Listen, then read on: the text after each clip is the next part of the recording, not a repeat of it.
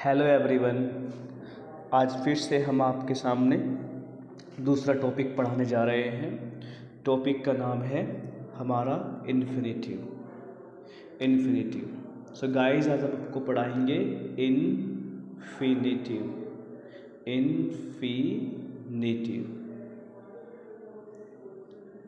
देखिए, थोड़ा हम आपको इसके बारे में बता दें कि इन्फिनेटिव होता क्या है, इन्फिनेटिव क्या है। देखिए गाइस, इन्फिनेटिव भी हमारी एक क्या है, नॉन फिनिट वर्ब है।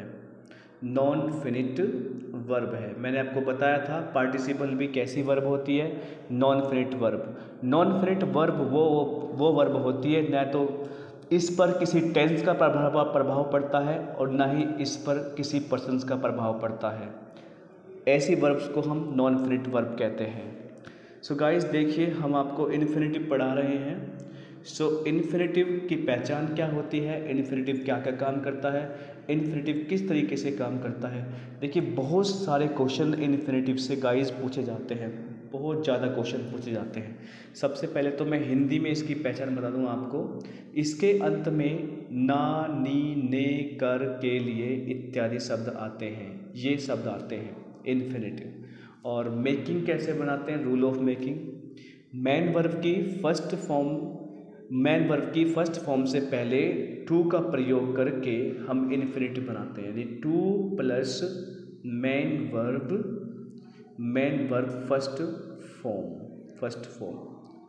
और गाइस, मैं आपको बता दूं इन्फिनेटिव कितने तरीके से काम करता है। और इन्फिनेटिव को हम एक डम्बी सब्जेक्ट भी बोलते हैं, नकली सब्जेक्ट, फेक सब्जेक्ट। इन्फिनेटिव को हम एक फेक सब्जेक्ट भी बोलते हैं। देखिए, कभी भी आपने एक वर्ब को सब्जेक्ट बनते हुए नहीं देखा होगा, लेकिन एक इन्फिनेटिव एक ऐसी वर्ब है जो सब्जेक्ट के रूप में भी प्रयोग होती है। तो इस प्रकार से हम इन्फिनेटिव को नाउन भी कह सकते हैं। इस प्रकार से हम इन्फिनेटिव को क्या कह सकते हैं, इस प्रकार से हम इन्फिनेटिव को नाउन के रूप में भी प्रयोग कर सकते, नाउन भी कह सकते हैं। इन्फिनेटिव को हम नाउन भी कह सकते हैं, क्योंकि ध्यान रखना गाइस, सब्जेक्ट के रूप में या तो नाउन आता है या प्रोनाउन आता है। आपने कभी वर्ब नहीं देखी होगी, लेकिन ओनली इन्फिनेटिव और जेरंड ऐसी वर्ब्स होती हैं जो सब्जेक्ट के रूप में आ जाती है, लेकिन ये काम किसे करती हैं, नाउन का काम करती है वहाँ पे। देखिए, अब इन्फिनेटिव कितने काम करता है मैं आपको दिखा देता हूँ। देखिए गाइस, इन्फिनेटिव के वर्ग देखिए। इन्फिनेटिव 5 तरीके से कार्य करता है। इन्फिनेटिव एज अ सब्जेक्ट के रूप में, इन्फिनेटिव एज अ ऑब्जेक्ट के रूप में, इन्फिनेटिव एज अ कंप्लीमेंट के रूप में, इन्फिनेटिव एज अ प्रीपोजिशन के रूप में, इन्फिनेटिव एज अ एडजेक्टिव के रूप में। मैं ये पांचों यूज़ पढ़ाऊँगा आपको, ये पांचों यूज़ पढ़ाऊँगा। देखिए, थोड़ी सी इन्फॉर्मेशन मैंने दी है आपको। देखिए, इन्फिनेटिव को हम नाउन के रूप में भी जानते हैं, क्योंकि नाउन ही केवल सब्जेक्ट के रूप में आता है तथा प्रोनाउन भी सब्जेक्ट के रूप में प्रयोग करता है। इसलिए इन्फिनेटिव को हम सब्जेक्ट के रूप में भी यूज़ करते हैं। इसलिए इन्फिनेटिव हमारा नाउन भी होता है। अगर किसी भी क्वेश्चंस में आ जाए क्या हम इन्फिनेटिव को नाउन भी कहते हैं, तो वो बिल्कुल सही होगा। ओके गाइज, तो सबसे पहले हमने लिया है यहाँ पे इन्फिनेटिव को किसके रूप में, सब्जेक्ट के रूप में। ध्यान रखना बनाते कैसे हैं इन्फिनेटिव को हम। गाइस, मैं फिर से बता रहा हूँ आपको, टू प्लस मेन वर्ब की first form, to plus main verb की फर्स्ट फॉर्म। जैसे एग्जाम्पल देखिए, मैं आपके सामने एग्जाम्पल देता हूँ। To walk is very useful for health। मतलब इसका ये अर्थ हुआ कि टहलना सेहत के लिए बहुत ज़्यादा यूज़फुल होता है। तो आप देख सकते हो यहाँ पे सब्जेक्ट क्या है, टू वॉक सब्जेक्ट का काम कर रहा है यहाँ पे, इसलिए ये इज क्या आ गया, हमारा हेल्पिंग वर्ब आ गया। इज क्या है गाइस हमारा इसमें, हेल्पिंग वर्ब। तो ध्यान रखना गाइस, अब देखिए, सबसे पहले हमने इन्फिनेटिव को सब्जेक्ट के रूप में लिया है। टहलना सेहत के लिए लाभदायक है, यानी कि टहलना सेहत के लिए लाभदायक है। तो देख सकते हो आप, to walk is useful for health. To walk is useful for health, यानी कि टू वॉक हो गया हमारा सब्जेक्ट, ये हो गई हमारी हेल्पिंग वर्ब, और ये बाकी हमारा ऑब्जेक्ट। वो आप देख सकते हो। देखिए, ध्यान रख लेना, क्या देखिए, क्या टू वॉक पे कोई प्रभाव पड़ रहा है किसी का? नहीं पड़ रहा, क्योंकि वो वर्ब जिस पे किसी का प्रभाव नहीं पड़ता उसे हम नॉन इन्फिनिटिव वर्ब कहते हैं, और हमारे नॉन इन्फिनिटिव वर्ब इन्फिनिटिव भी होती है। और यहाँ पे इन्फिनिटिव किस काम कर रहा है बच्चों? ध्यान रखना, इन्फिनिटिव यहाँ पे किस काम कर रहा है? सब्जेक्ट का काम कर रहा है, सब्जेक्ट का। और सब्जेक्ट काम कौन करता है? या तो नाउन करता है या हमारा प्रोनाउन करता है, यानी कि हम इन्फिनिटिव को नाउन भी कह सकते हैं, ऐसा नकली नाउन, इनो वोट डम्बी सब्जेक्ट। आगे देखिए, इन्फिनिटिव का प्रयोग ऑब्जेक्ट के रूप में, देखिए आपके सामने है इन्फिनिटिव एज सब्जेक्ट के रूप में ही। देखिए, माँ बाप की सेवा करना हमारा कर्तव्य है। माँ बाप की सेवा करना हमारा कर्तव्य है। तो सबसे पहले हम निकालेंगे इसमें वर्ब को। वर्ब कौन सी है? सेवा करना। तो ये बन रहा है आपके सामने, यानी कि to serve the parents, to serve the parents is our duty, is our duty. To serve the parents is our duty. अब आप देख सकते हो, टू सर्व हमारा हो गया सब्जेक्ट, और ये बाकी हमारा हो गया, ये इज हो गया हमारा हेल्पिंग वर्ब, और to serve the parents is our duty, ये हमारा पूरा सब्जेक्ट है, और ये हमारा हेल्पिंग वर्ब है, और ये हमारा ऑब्जेक्ट है।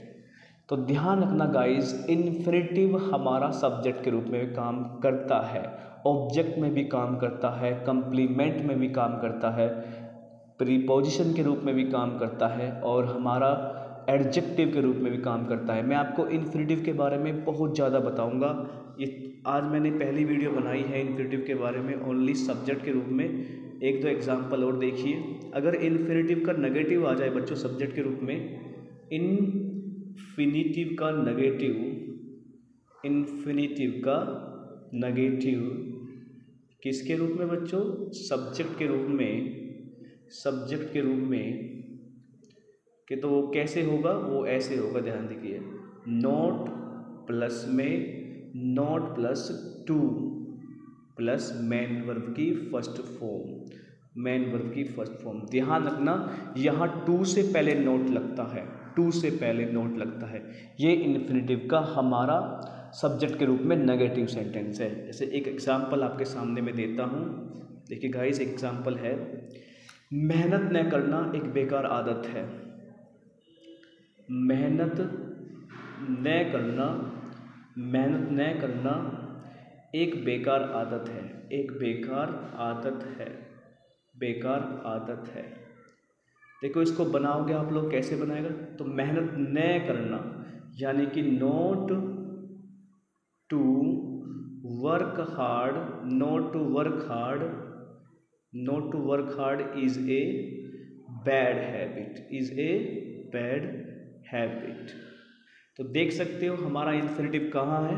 हमारा इन्फिनिटिव ये आ रहा, ये है हमारा इन्फिनिटिव है, और ये इन्फिनिटिव का नेगेटिव है। अगर नोट आएगा तो बच्चों ध्यान रखना, टू से पहले नोट आता है। किससे पहले आता है? टू से पहले नोट आता है। तो ये हमारा पूरा सब्जेक्ट बन गया, ये यहाँ तक, ये हमारा हेल्पिंग वर्ब है, और बाकी हमारा ऑब्जेक्ट है। देखिए, मैंने आपको कुछ एग्जाम्पल दे रखे हैं, देखिए आप लोग एग्जाम्पल देखिए। पहला एग्जाम्पल देखिए, माँ बाप की सेवा करना हमारा कर्तव्य है। देख सकते हो, टू सर्व द पेरेंट्स, यहाँ से लेकर यहाँ तक सब्जेक्ट हो गया, इज़ हमारा हेल्पिंग वर्ब है, और बाकी हमारा ऑब्जेक्ट। एक और देखिए, अगर इसका नेगेटिव आ जाए सब्जेक्ट के रूप में, इन्फिनिटिव का नेगेटिव कैसे बनाएंगे? तो नॉट टू प्लस मैन की फर्स्ट फॉर्म, और हमारा हेल्पिंग और ऑब्जेक्ट। देखिए आपके सामने एक सेंटेंस दे रखा है, देखिए सेंटेंस क्या है, मेहनत न करना, मेहनत न करना एक बुरी आदत है। तो देख सकते हो, मेहनत न करना, न यानी कि न आ गया बच्चों, मेहनत न करना यानी कि हमारा ये इन्फिनिटिव का नेगेटिव सेंटेंस है। तो कैसे बनेगा? नॉट टू वर्क हार्ड, यहाँ तक सब्जेक्ट हो गया, इज़ हमारा हेल्पिंग वर्ब हो गया, ए बैड हैबिट। आगे समझ में? तो बच्चों ध्यान रखना, अगर इसका शुरू में नेगेटिव आता है तो नोट टू होता है, ना कि टू नोट होगा। टू नोट हमारा गलत होगा और ये हमारा सही होगा, ध्यान दीजिएगा इस बात पर। देखिए एक सेंटेंस और देख सकते हैं आप लोग, एक सेंटेंस आपके सामने एक और है, समय की परवाह न करना एक बेकार बात है। अगर आप समय की परवाह नहीं करोगे तो एक बेकार बात है, तो कैसे बनेगा? ये नेगेटिव है तो कैसे बनेगा? Not to care of time is a bad thing. So guys ये था हमारा इन्फिनेटिव सब्जेक्ट के रूप में, और कल मैं आपको ऑब्जेक्ट के रूप में पढ़ाऊंगा, आपको इन्फिनेटिव पूरा कंप्लीटली समझाऊंगा, इन्फिनेटिव समझाऊंगा, जेरंड समझाऊंगा, आपको हर चीज़ बताऊंगा कि ये क्या क्या होते हैं। आप बिल्कुल भी टेंशन ना लें इंग्लिश के, आप मेरी वीडियोस देखकर प्रैक्टिस सेट लगाइए, डेफिनेटली आप पक्का कर पाओगे। I believe in you and you will do it. Thank you so much and thank you for watching this video. Please share this video, and if you like my work, please comment. Have a nice day. Have a nice day.